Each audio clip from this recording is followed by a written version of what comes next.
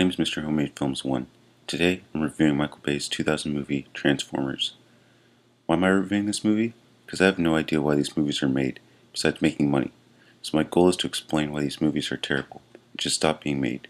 So, here's my review of Michael Bay's Transformers. We start off with Optimus Prime's narration of the Allspark.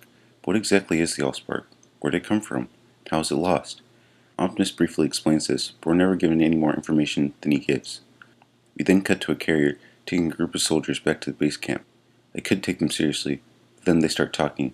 Then you should ask yourself if these guys would really be able to defend our country, especially Dash Duhamel's Captain Lennox. With their conversations, they briefly make fun of the Hispanic soldier, which is the start of Michael Bay's racism jokes. More on that later. They finally arrive at the base camp, and we see the camp which is filled with inflatable pools for some reason.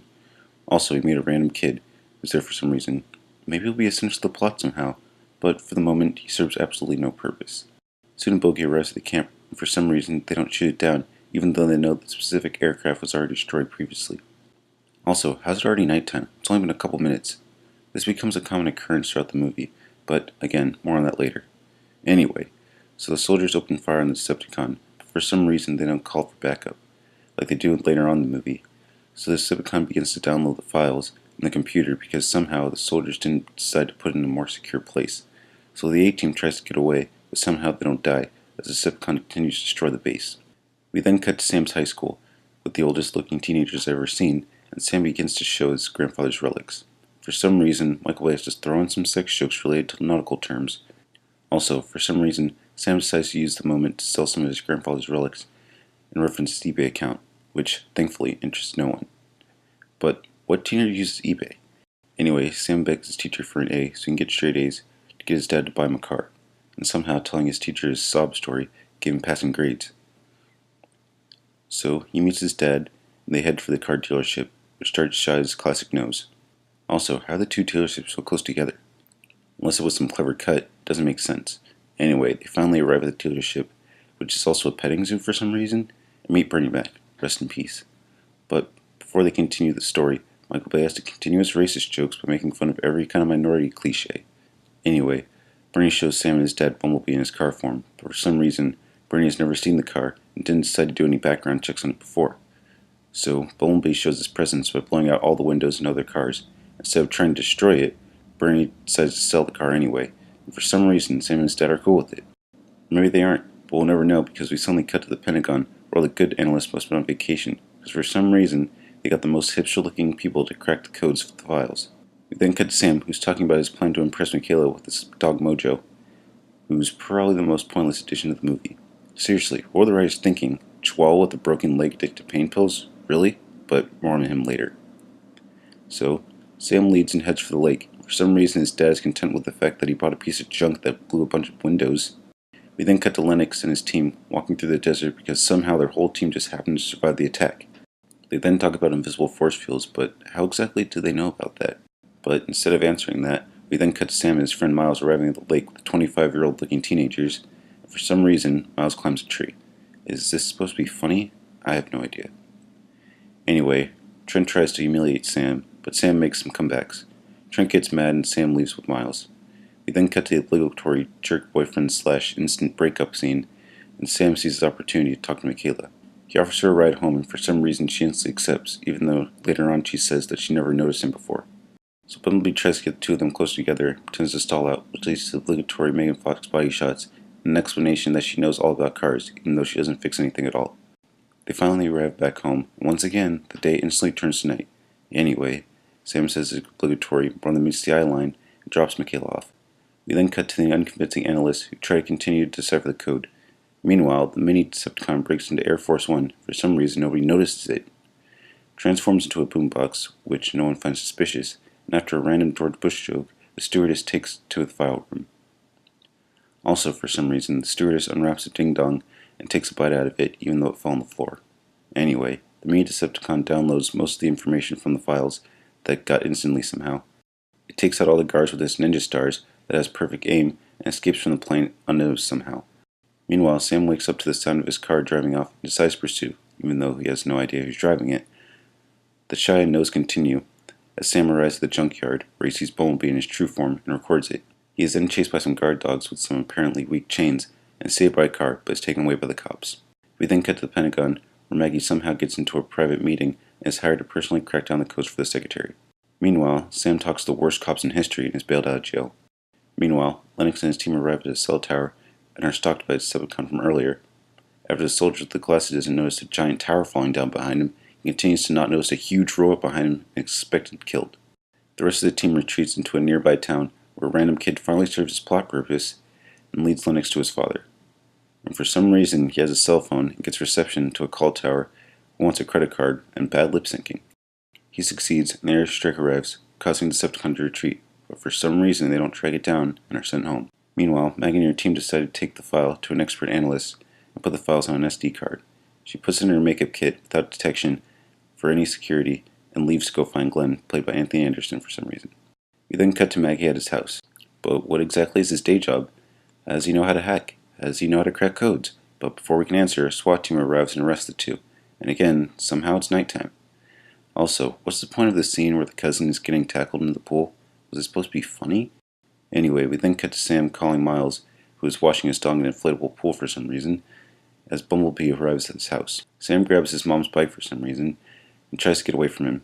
He crashes and happens to be at the same spot where Mikaela is hanging out, at a Burger King of all places. After he rides off, she decides to follow him, even though she has no reason to. Meanwhile, Sam arrives in an abandoned building and runs into Decepticon, who demands to know if he's the keeper of the glasses.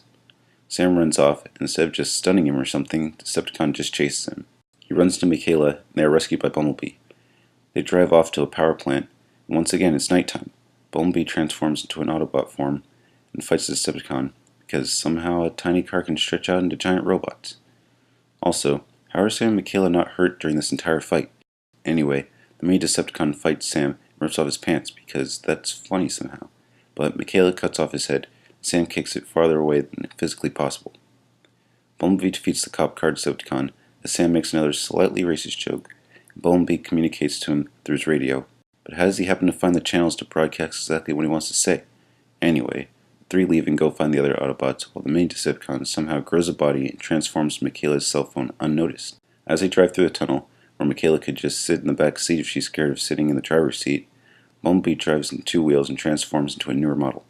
Somehow. Meanwhile, the Autobots arrive on Earth. But where's their plan in relationship to Earth? How long does it take to get there? Anyway, after the obligatory Armageddon reference and a couple of oblivious observers, the Autobots arrive in the town and replicate the nearest cars they crash near. But how does the replication process work exactly?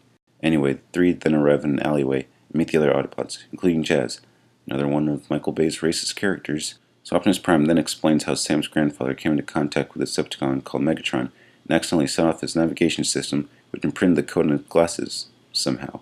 They then leave to find the glasses. Meanwhile, Lennox and his team try to figure out more about the Decepticon that attacked them by dissecting its tail, and somehow know exactly what they need in order to do their procedure. We then cut to an interrogation room where Glenn pointlessly talks to Maggie about a plate of donuts before the agents arrive, and Glenn confesses, leading to Maggie telling the agents what she knows. Meanwhile, the heroes arrive back at Sam's house, and for some reason Sam's parents can't see or hear the Autobots. Also, we get another pointless scene with Mojo peeing on Ironhide. I guess this is supposed to be funny. Anyway, Sam searches around the room to find the glasses. Mikaela is lifted into the room to help, but somehow she's not creeped out by the fact that he has cuts out of women in bikinis and clearly tries to hide his box from her. But anyway, Sam's parents feel an earthquake and decide to check on Sam. He opens the door and we get a weird masturbating joke and a Transformer name joke. Sam asks where his backpack is and his mom says it's in the kitchen. They find it there as Agent Simmons, played by John Turturro, and his fellow agents from a mysterious agency called Sector 7 arrive at his house to find Sam and Mikaela. Instead of going ahead and calling the police, the two are taken away, interrogated, and after a random E.T. joke and a pervert joke, Simmons reveals that Mikaela's dad is on parole and that she is in juvenile hall for stealing cars. But before we can get any more information on that, Optimus rescues them, and Jazz uses his magnets to take away the guns from the agents, an ability that he never uses again in the movie. After a few unfunny jokes with Bumblebee peeing on Simmons, and Simmons stripping out into his underwear, we get some continuity errors with Sam's sweatshirt magically coming on and off. Mikaela says something to justify her past. Sam instantly forgives her. Soon it's revealed that Simmons' agent has his phone on speaker, and the men from Sector 7 arrive to take the heroes away. Optimus arrives to save them, and somehow doesn't kill anyone as he runs through traffic. They hide under a bridge, and the two suddenly fall off Optimus along with the glasses, but are somehow not hurt after Optimus tries to catch him with his feet for some reason. Luckily, they are caught by Bumblebee and surrounded by the SWAT team, and as Stride continues his nose, Sam, Mikaela, and Bumblebee are taken away. Meanwhile, the Secretary meets with an agent from Sector 7 who shows him a video and a picture of a Decepticon on Mars. He tells him that the other picture was the attack on the base camp, even though it looks exactly the same as the picture from the first one. Also, how does the Secretary not know about the information before? And how does he not know about Sector 7? But before we can get any more information on that, we cut to the Autobots discussing what they will do next. Somehow Optimus is able to track down the location of the cube, shining a light through the glasses. They talk about how they will destroy it by putting it into Optimus' chest, even though there's probably plenty of other ways to destroy it, and roll out. Meanwhile, all the heroes are united and taken to the Hoover Dam, where they are brought to a frozen Megatron. But why exactly do they keep Megatron frozen for so long? Why not use what they need from him and dispose of him? Anyway, the main Decepticon is somehow able to break into the dam and get in contact with the other Decepticons to mobilize. Meanwhile, after another unfunny Wolverine and Energizer Bunny jokes, Simmons demonstrates how the power uses energy to transform human technology. But, once again, before we can get any more information on how this process works, the main Decepticon sets off a meltdown that causes Megatron to defrost and escape. So Bumblebee shrinks down the cube somehow, and Lynx comes up with a plan to meet up with the other soldiers in the city to hand off the cube, even though there's probably other safer places to hand it off, like the desert or something. Meanwhile, Megatron and Starscream talk to each other about the location of the cube, and somehow are able to communicate with each other in English. Do they go on the World Wide Web too? But how, if Megatron was frozen? Anyway, Maggie, Glenn, Simmons, and the Secretary try to send out a signal to the military base, but are attacked by, you guessed it, the main Decepticon, and somehow they know how to use all the guns. Anyway, we finally get to the mindless action climax, where the heroes wait for the military to arrive, but they are suddenly attacked by the Decepticons. And of course, we have to have the classic Michael Bay action shot of Ironhide jumping over a hot girl in slow motion, where he somehow doesn't hit her at all.